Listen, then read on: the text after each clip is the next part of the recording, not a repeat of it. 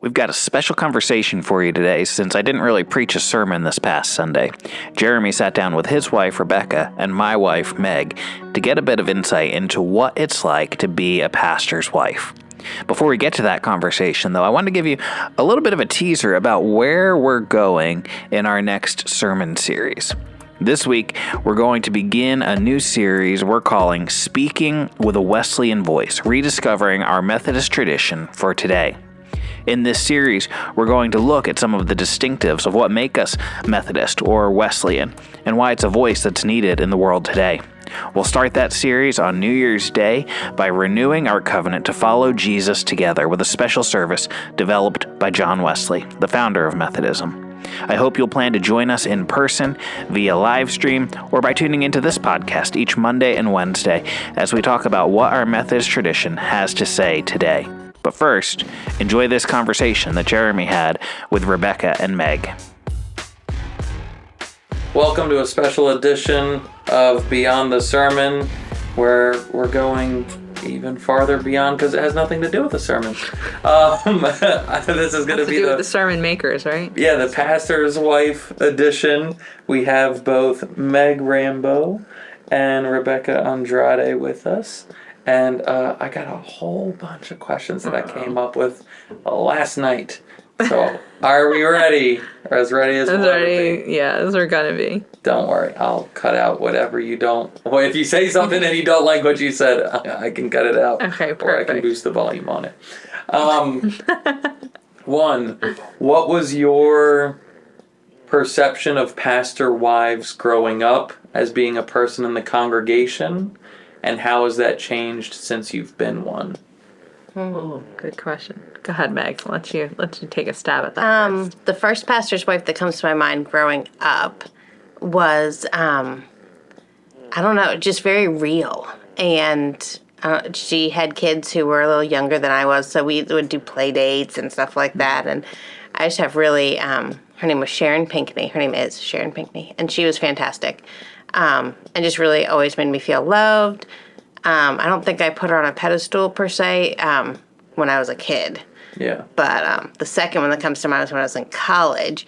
And I really was like, I don't know, I had these expectations of this woman to be perfect. And like, then one day at Bible study, she was sharing and she said something about how her husband leaves his socks on the floor and it makes her really angry. And I remember like it shattered all my images of pastor's wives. I can relate to that pastor's wife. And it was like, oh, wait, you're a real person and he's a real person. And I remember going home that night just kind of caught off guard and in a good way, shattering that image that I had. Yeah. I would say my whole image of a pastor's wife was formed from the church I grew up in, and I was from the time I was born to 13, so a decent chunk. And Eleanor Robbins was her name, and she was just did it all. She was the choir director. She was the amazing cook that would make all sorts of dishes and stuff. She always was taking care of people, holding the babies at church, running the cantata, just directing so many things that weren't, that were just things that needed to happen in the church.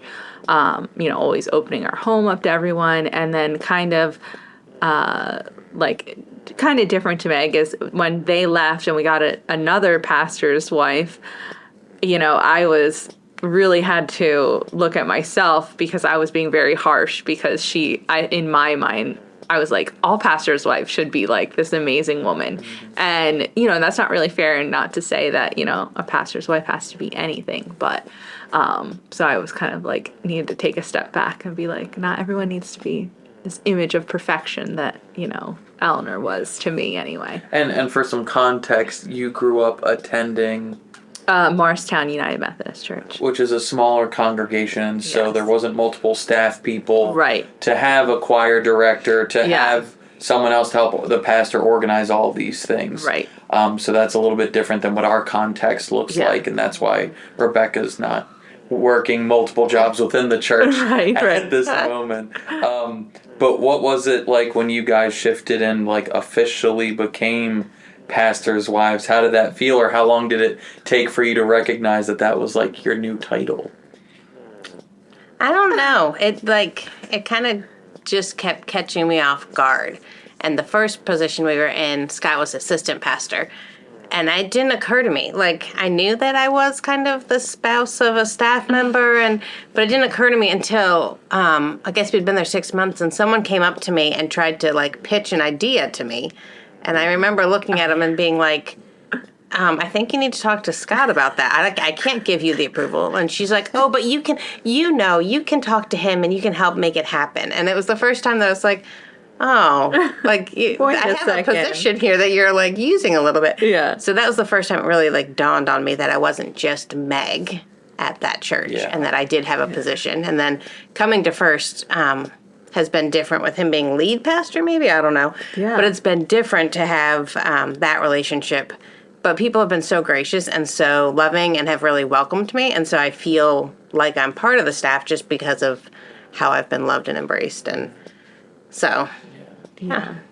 I don't know that I'm there yet because I was just saying this earlier, like, youth pastor's wife, does that really count? And, like, I don't know. Just like youth pastors, do they really count? No, of course they count. But, like, I don't know. I'm still, like, coming to grips with it, I think I would say. And a part of it is because I have this image in my head of, like, what I thought a pastor's wife should be, and I am not living up to that expectation in my own mind. So, you know, part of that is like, am I really one? Like, make an excuse for myself. But yeah, definitely still like coming to grips with it. But I do think that, or at least, you know, before Theo, how we worked at our last church and everything like that, we really worked as a team. And so that is kind of like the image of what I see in a pastor and a pastor's wife, is like working as a team to further the ministry in, you know, multiple different ways. So, yeah. How has it been different from being a lay person, a regular person in the congregation, to being the pastor's wife? How has that shifted in your worship life and how you participate in the church? I think part of it is I come in with different eyes. Like, I'm more aware of watching for what else is going on and what might need to be, like, what chairs might need to be set up, or like little things like that. Or also keeping an eye out for someone who is feeling left out or feeling sad that day, and just kind of trying to be aware of who might need a hug, who might need a word of encouragement. So that kind of is part of it. And it probably should be what we do anyway when we're just lay people. Yeah. But I have found myself like an extra responsibility you feel to do those things. Yeah.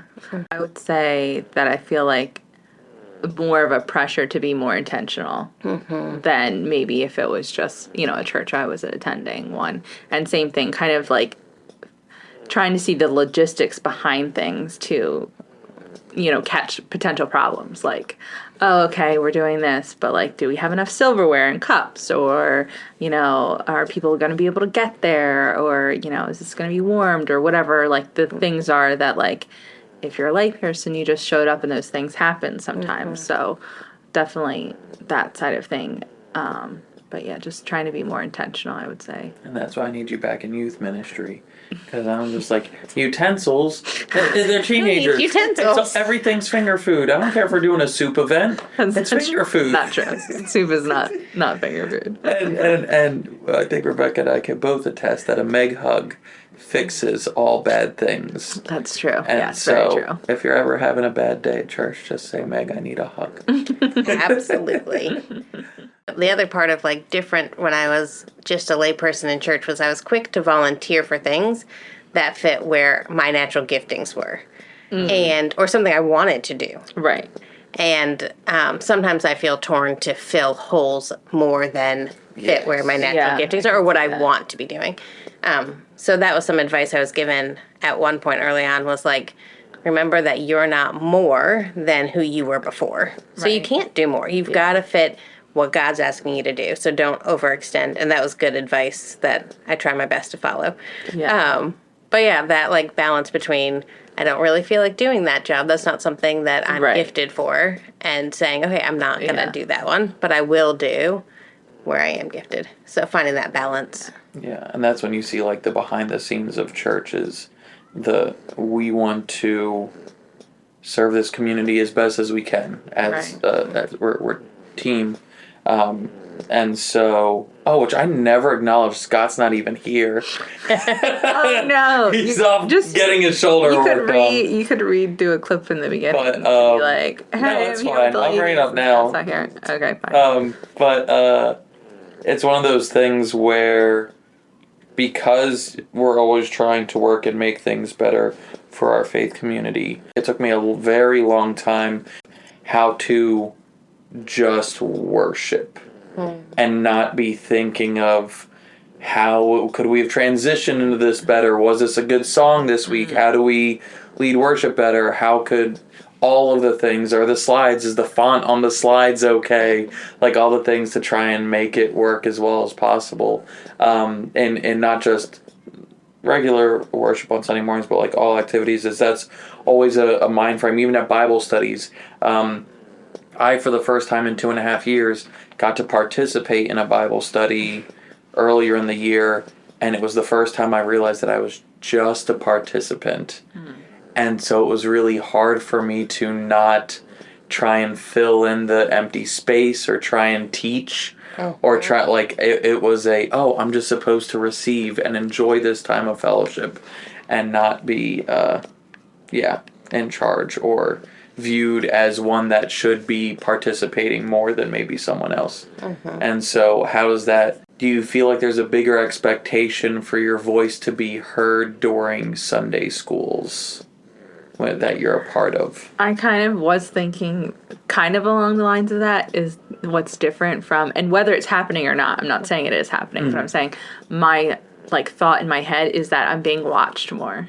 So me trying to be mindful of that, not that I don't know, I'm going to do something that I shouldn't do or whatever, but that people are going to be looking to me being like, okay, she's the pastor's wife. So maybe looking at what I'm wearing or what I've said or all of those, just that extra thought of there might be someone taking more than just what I say, but adding extra, looking into it more maybe than I might perceive. And so trying to be mindful of that, of I don't know, maybe choosing my words more easily or trying to not, make sure I don't upset or offend anyone, even though that's never my intention anyway. It reflects more than just you. It's not just about me anymore. That's why we had to throw out all of the fishnet stockings that you used to wear to church.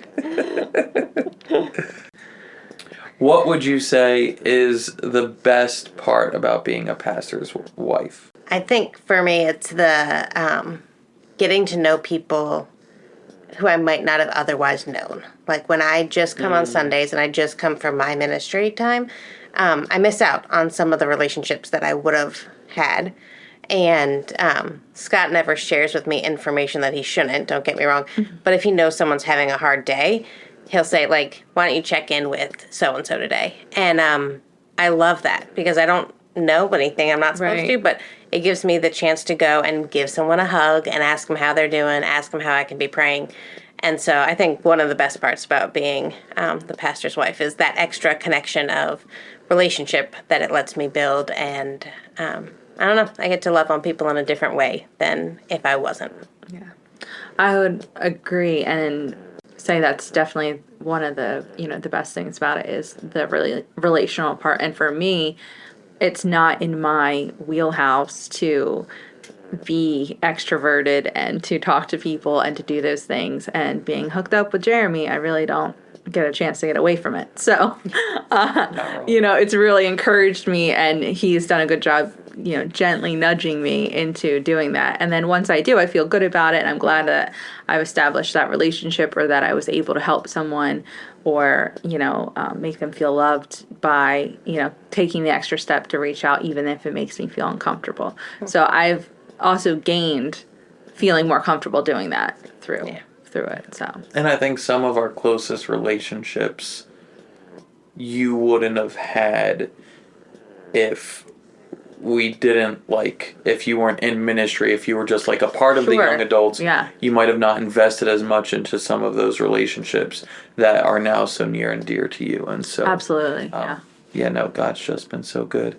On the flip side of that, what's the worst part of being a pastor's wife? Do you really want to ask that question?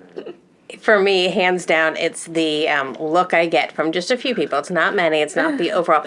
But from some people, when one of my children goes screaming through the great room or is playing piano or, any number. Being a kid, being a little bit loud, a little rowdy, even being a bad kid sometimes and making a bad choice. Sometimes there's this look that I get of like, shouldn't your kids be doing better? Right. And I don't get it often, but I think that's the worst part is when their kids just like everybody else's, right? Yeah, I feel the pressure of your kids should behave better if this is your position. Yeah. And really, they're just still kids, and I'm still just doing the best I can. It's not just the kids. The youth, I don't know what it is. I told the youth I really want to do a social experiment of what is so enticing of just tickling a few keys on the piano that's out of tune in the hallway outside of the youth room every time you walk by when not a single one of our kids actually plays the piano. Well, I should say a couple of them know how to do chopsticks, but that's about it. And like almost every other kid just has to bloop, bloop as they walk by. Yep. And they're supposed to. I say the kids who do know piano aren't the ones who are doing it. No. Yeah, if you could do a nice chord progression as you walk by, that'd be lovely. Rebecca, how about you? What's the worst part? Worst part. Well, I'm sure in a few years to come, I will have that same feeling as Meg. Not currently yet. Theo's pretty good for now. He's adorable. But I guess the worst part would kind of go with what I said earlier about like having to be mindful of what I say, because sometimes I can, even though I'm not a very vocal person, when I am, it's usually a strong feeling that I have. And so having to like sometimes reel those in and realize like how it's affecting someone else or how it might affect someone else's perception of something when that's not my intention. So yeah, the worst part is just like having that extra bit of watch on you to be like, make sure I'm doing this in a way that's reflecting of the ministry and of, the church and of Christ and not, just me like saying the first thing that comes to mind and being like, oh, I shouldn't have said that. I never thought I'd be here. Let me just That's true. Talking about that as like a teenager being like, ugh, I would never be a pastor's wife. And here I am. So nope. I do love it, honey. It's not that I don't love it. I wasn't giving you a face. There's no video to this. They're going to think that I'm dead staring you across the room. I didn't want you to think that I'm like, oh, it's horrible or something like that. I thought you were talking about you never thought you'd be married to me, so I'm glad it's more about the pastor's wife part than being married. No, but I mean, I do remember talking about that with like other teenage girls being like, blah, blah, blah, about being a pastor. I'd be like, not me. Never. No, I was good with ministry, like doing ministry together and like being missionaries, and for some reason that didn't. I don't know. That was different. That slide to pastor's wife didn't think it would happen. So, and when Scott got his position at Trinity, it was a like the pastor he was going to be working under. What came to me and said, like, can we talk? Have you thought about what your role is going to be, and have you thought about how that's going to impact you? And I don't really want Scott to sign up for being a pastor if you're not on board, because a house divided, it was going to be terrible. Right. And so it wasn't like he wouldn't hire Scott because of me kind of thing, but it was before we move forward, how do you feel? And so that was a just intentional choice. Right. It wasn't like an accidental, Scott moved forward with the job and I got stuck. Yeah. But an interesting thought process. Yeah, and that kind of brings up another really good thing I would say about being a pastor's wife is I feel like in our marriage, it has made things like we seek things together, we pray about things together. Maybe more so, I think, than, I mean, you've always been a pastor, I guess, technically the whole time you've been married. So weird to say. That is weird. But, you know what I mean. But again, youth pastor role is different. Still a pastor, but it's not the same as far as, like, it's more of a staff member than a pastor position. And especially, like, changing positions and, and trying to decide if that's right for our family and going through that whole process. Brought us together and it was, to pray about it and things like that. So I would say that's a good thing too, is that like, I don't know if that means being a pastor's wife or that's just a good marriage, but. Yeah. I just want to thank both of you for all that you've done. As Scott and I have talked about before, I don't know if necessarily on the podcast, of how this is a team effort and behind, we did say this and I almost got in trouble once. I might have cut it out of the last one. But like every good pastor that I have known personally has a phenomenal spouse at their side, supporting them and helping them as they lead ministry. And I stand by that statement. I'm not cutting it out this time. Because last time I think I said wife, because we have wives, but I know women pastors that have phenomenal husbands. Yes. Thinking of Fred Price. And so, yeah, it's one of those things where everything that, though Scott and I may be like the poster, the face of the operation or whatever, to know how much we get corrected and our dumb ideas become either thrown away or become good ideas because of Meg and Rebecca. And so on behalf of the lay people, I'd like to thank you both for all of the things that you do, because it's a lot. And it's not your job. You're not getting paid for this. It's our job.